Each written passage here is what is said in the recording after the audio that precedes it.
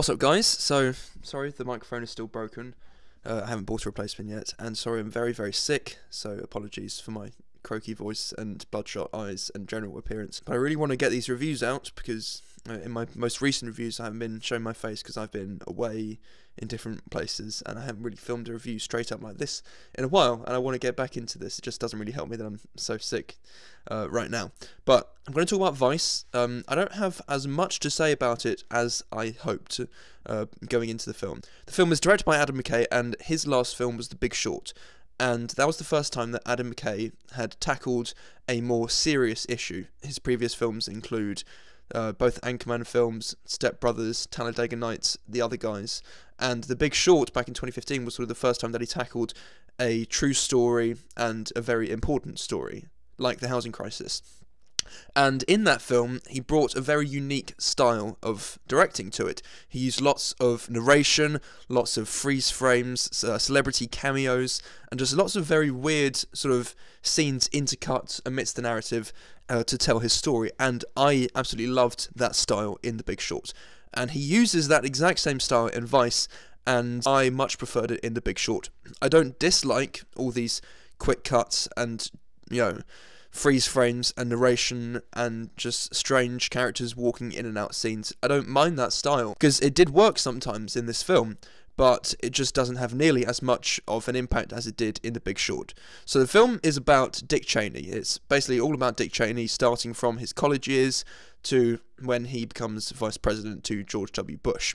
And Dick Cheney is portrayed by Christian Bale in one of the most incredible physical transformations I've seen in a very, very long time. He really is incredible. In the early scenes, maybe in the first half of the film, you can sort of tell that it's Christian Bale. But once he starts getting older, and especially by the end of the film, you only see Dick Cheney. It goes above impersonation, and Christian Bale just disappears. His performance is really the best part of the film. The film is carried by its performances. The supporting cast includes Amy Adams as Lynn Cheney, Steve Carell as Donald Rumsfeld, who else is in this? Tyler Perry is Colin Powell in this, and these are all people that I didn't really know much about. So one of the things that I did like about Vice, I don't know how much of it is actually historically accurate, but it was fascinating as a history lesson to me, because Dick Cheney, many people believe, and it's almost considered a fact, was the most powerful vice president in America's history. And what was fascinating to me was how he was basically a chess master, basically just moving all these different people as, pawns in his game of trying to become as powerful as he could be.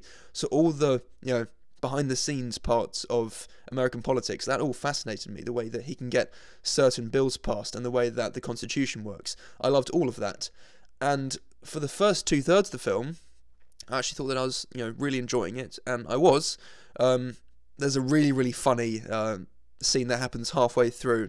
I'm not going to spoil it because it is very, very funny. But then in the final act, I was disappointed. That's when he becomes vice president in the final act.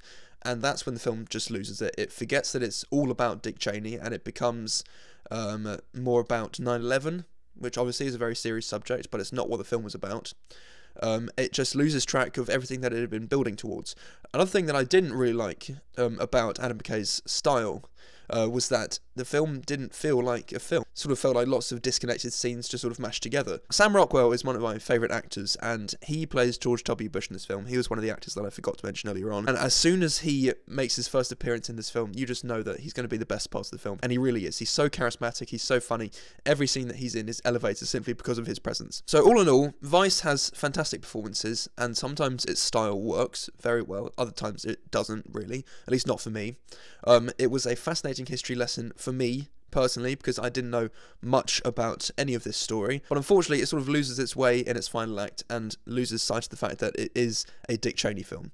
I'm going to give Vice a B.